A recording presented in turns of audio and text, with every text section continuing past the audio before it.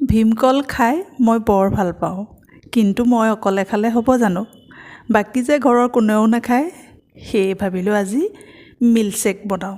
তাৰ বাবে মই ভীমকল দুটা ল'লোঁ আৰু ভীমকল দুটা মঙহহালখিনি মই চুৰি এখনেৰে কাটি ল'লোঁ।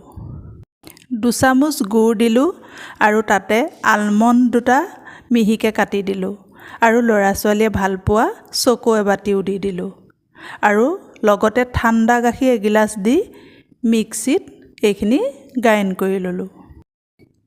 ভীমকলৰ মিল্কশ্বেকখিনি গিলাচ এটালৈ বাকি লৈ এনেদৰে সজাই দিলোঁ। ইমানেই টেষ্টি হৈছে, মই আপোনালোকক কেনেদৰে বুজাম। আপোনালোকে এবাৰ নিজে বনাই খাই সোৱাদ লওক।